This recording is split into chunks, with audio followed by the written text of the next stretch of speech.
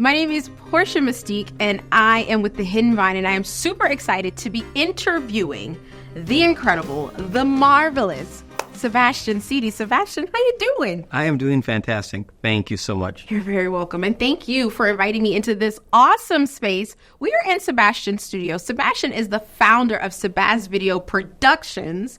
Now, we're going to get into all of that background and stuff, but first, I want you to appropriately introduce yourself. Okay, well, first of all, we are not in a studio. This is my 3-car garage, in case you didn't put that together yourself. Could have fooled me. Yeah, I'm the owner of Sebaz Video Productions Incorporated. Just incorporated this past year, actually. Congratulations. Took me long enough.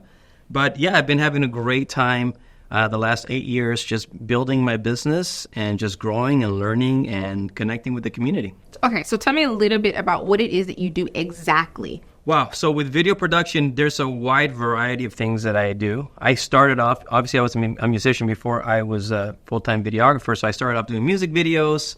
And then when I moved out to Temecula, I started doing short promos for different businesses, events, ribbon cuttings. And one thing led to another, and now I think maybe 70% of my business is doing work for cities like Temecula, Menifee, Eastville, Norco, Agora Hills. I get to see and learn so many different things from so many different cities and the way they operate and the way they work to bring their communities together.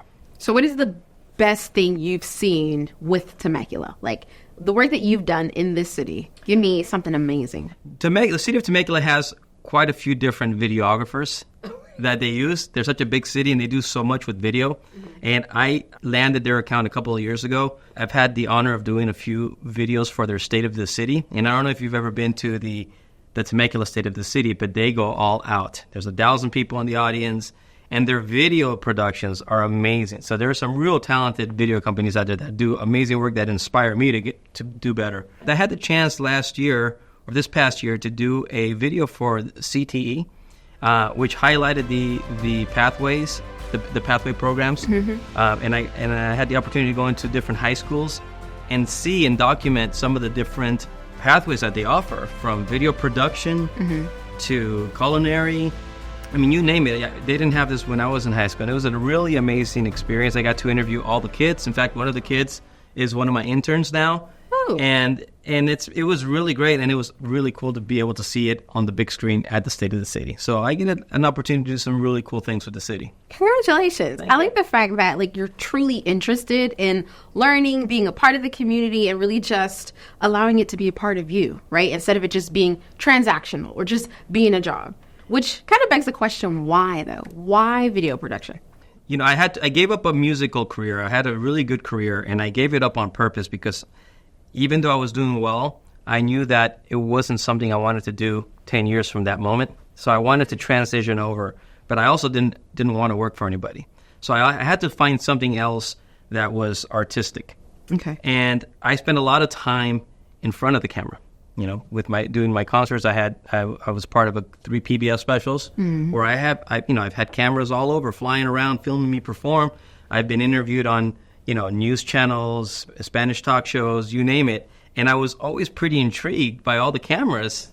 And I found myself at moments where I was more excited about all the cameras around me than actually being, on it. Right? So I was like, okay, well, that was the first thing I thought this could be something that I could do. My first PBS special was filmed by a major producer. And the second one, I hired a crew to do it. And the gentleman that came over with his laptop to edit my concert, I kind of saw what he was doing, and he was going really slow. He was editing really slow, and I could see what he was doing, and I was learning as I was watching him, and I asked him, hey, can you leave your laptop? Can I try some of these edits? Okay. And I finished editing my concert that night, and I realized that I had a niche for it, So that's when I realized this is it. This is what I'm going to be doing. And I love it because I can still be creative. It still involves me putting music, because music is a big part of the videos you produce. Yeah. They're the foundation. They decide which direction the video goes. And I get to do something different every day.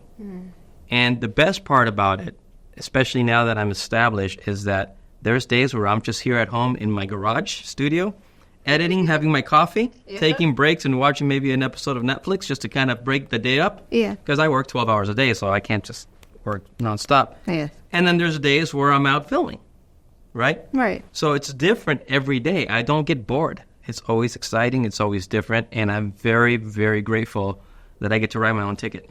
Congratulations on being able to accomplish that. Thank you. Like literally all day you get to do what you love. Yes, and if I want to take the day off, I take the day off. That part. Yes. We all need to be able to do that. Yeah. So let's talk about the transition, right? So you talked about you were in music.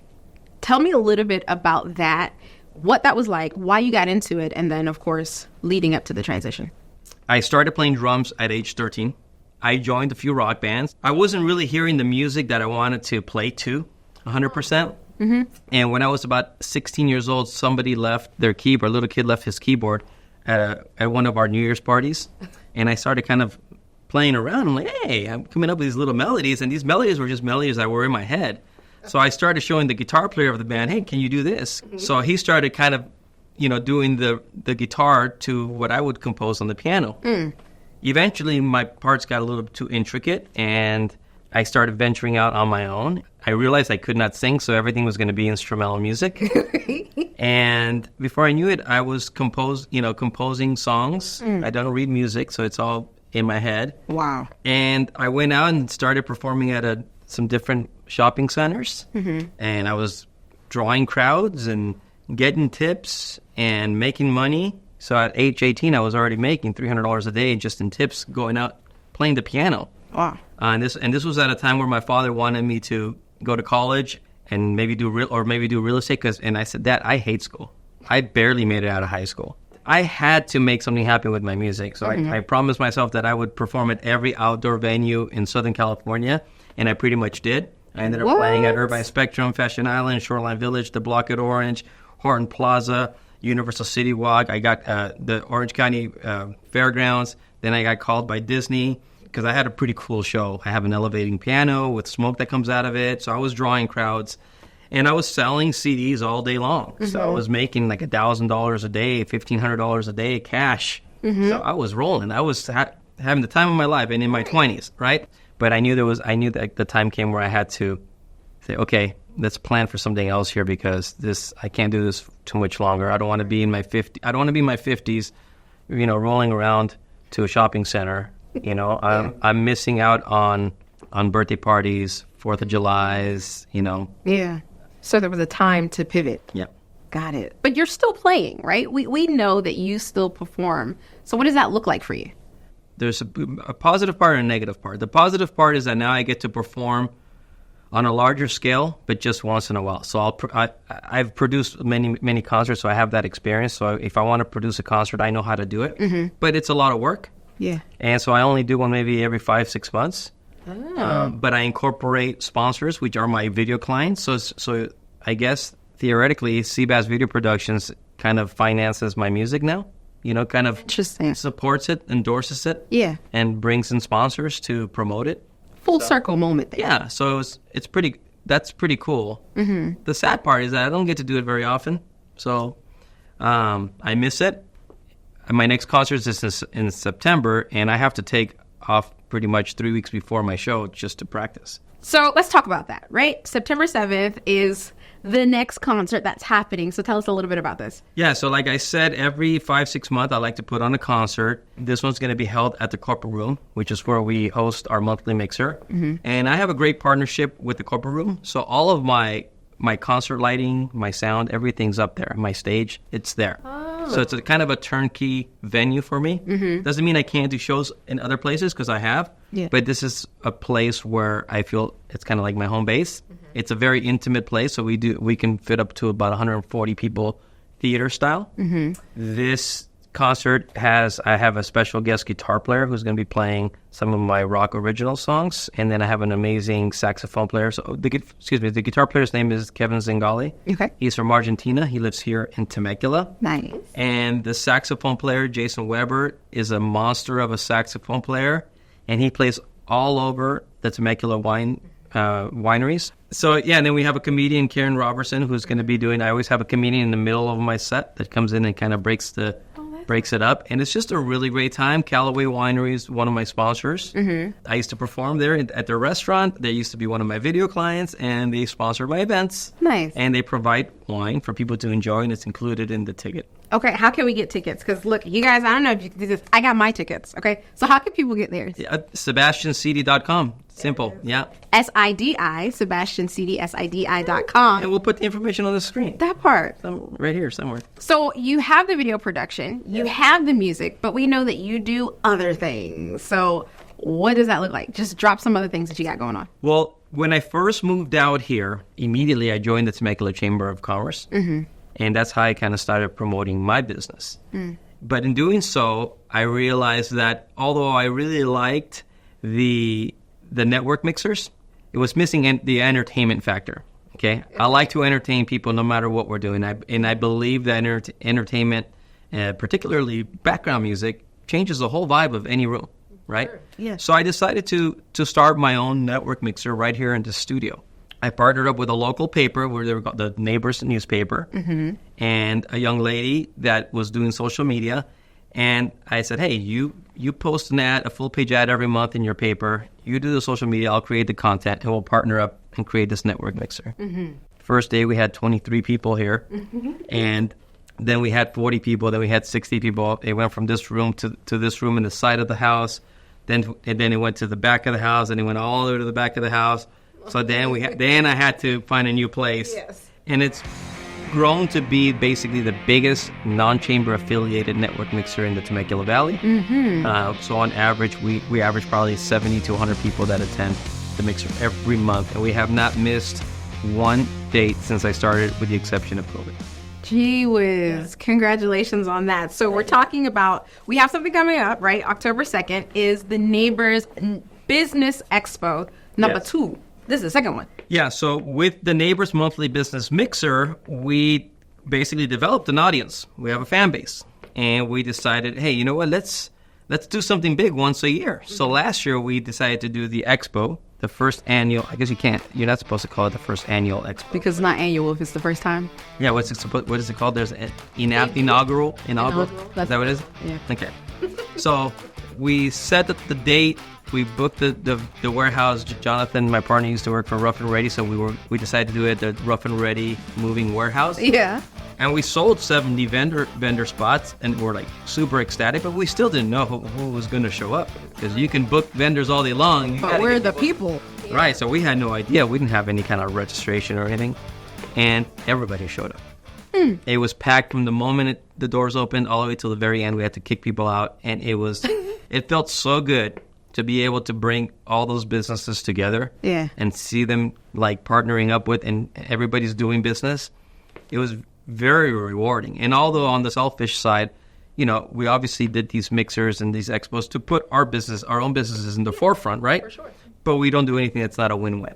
Exactly. So aside from us benefiting with our business, it gave us great pleasure to see so many other businesses coming together and working together. And they said, you have to do this again. You have got to do this again. So we definitely leveled up our sponsors. We have Winchester Insurance that sponsored this whole ordeal.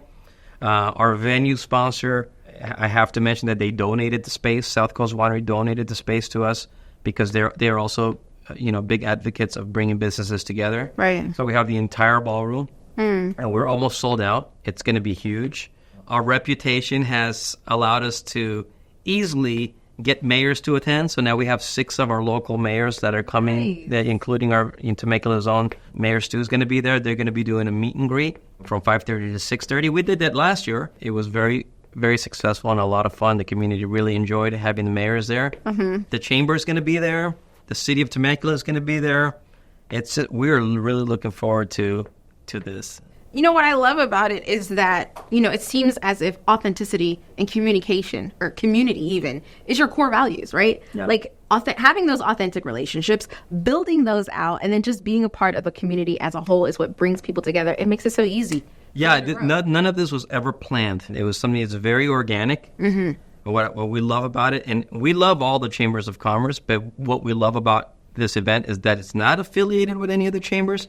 So Jonathan and I can kind of do whatever we want, right? That doesn't mean that we take advantage of that and we just go crazy. Right. We're still professional and polite but fun. There's certain things that maybe we couldn't get away with if we were part of a chamber, right? Which is understandable, I wouldn't argue with that. But we can push the envelope a little bit, okay? Yes. It's been very organic, and I think people see that through the things that Jonathan and I do. Speaking of Jonathan, you guys are also working on something pretty big in September. Tell me about that. So, first of all, Jonathan is just an absolute rock star. He's an amazing public speaker. He's an amazing communicator and connector of businesses as well.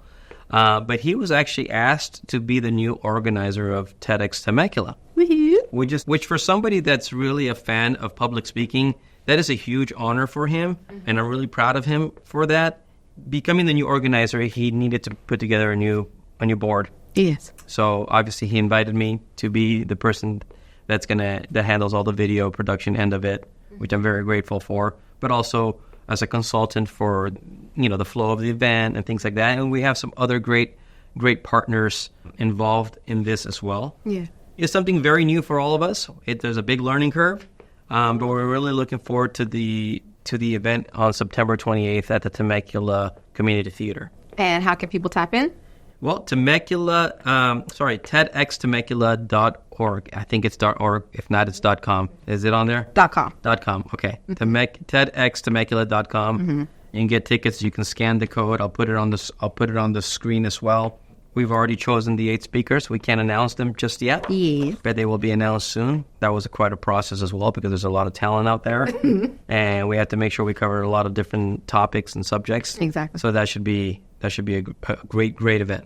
I am definitely looking forward to it. So as we wrap up, I would love to know, is there anything that you would want the people of Temecula to know about you and your business? I think the people of Temecula know enough about my business. I think I've done a pretty good job of getting it out there. It's pretty self-explanatory. It's just video production.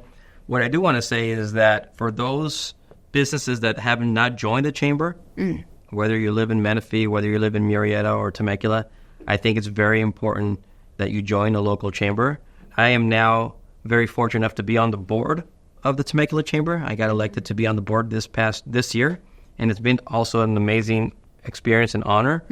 I've gotten to learn how passionate they are about connecting businesses together and bringing businesses together and helping them all flourish and grow. Not joining the chamber would have been the biggest mistake of my life.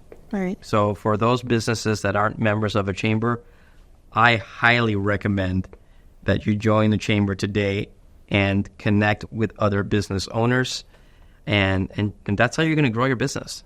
I just love the chambers. I think they're great. And I used to be scared of chambers. I didn't know what chambers were. Right. Because the word chamber is scary. It's a little bit. Can you change the name? Can it be? It does sound kind of scary. Yeah, I'm joining the chamber. Right? Yeah. So there you have it. Thank you so much, Sebastian, again, for just being awesome and having this conversation with me. Make sure you guys tap into everything he has going on. We got the concert on September 7th. We have TEDxTemecula happening on September 28th. And, of course, the Neighbors Business Expo 2 happening on October 2nd. Thank you again, Sebastian. Thank you. You met me there. That's awesome. I know. I'll be killing it. See, this was really fun. I know. You did amazing. That's like you with this place. I should. You should.